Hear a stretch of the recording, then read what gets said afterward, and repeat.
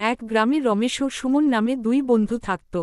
তারা ছোটবেলা থেকেই একসঙ্গে খেলাধুলা করত, একসঙ্গে পড়াশোনা করত। কিন্তু রমেশ খুব সৎ আর পরিশ্রমী ছিল, আর সুমন ছিল একটু চালাক ও অলস প্রকৃতির। একদিন তারা ঠিক করল, বড় শহরে গিয়ে কাজ করবে ও ভাগ্য বদলাবে।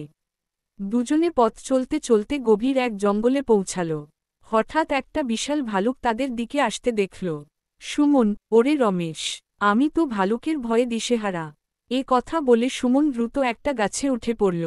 কিন্তু রমেশ গাছে উঠতে পারত না, তাই সে দ্রুত মাটিতে শুয়ে পড়ল এবং নিঃশ্বাস বন্ধ করে মরে যাওয়ার অভিনয় করল।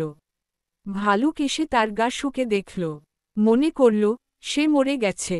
ভালুক মৃত প্রাণী খায় না, তাই চলে গেল।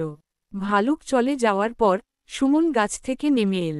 সুমন, বল তো, ভালুক তোর কানে কানে কি বলল? রমেশ হাসল এবং বলল, রমেশ, ভালুক বলল, প্রকৃত বন্ধু কখনো বিপদের সময় পালিয়ে যায় না। সুমন খুব লজ্জিত হল।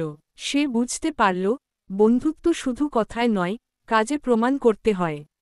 শিক্ষা: প্রকৃত বন্ধু বিপদের সময় পাশে থাকে, কেবল স্বার্থপর হলে বন্ধুত্ব টিকে না।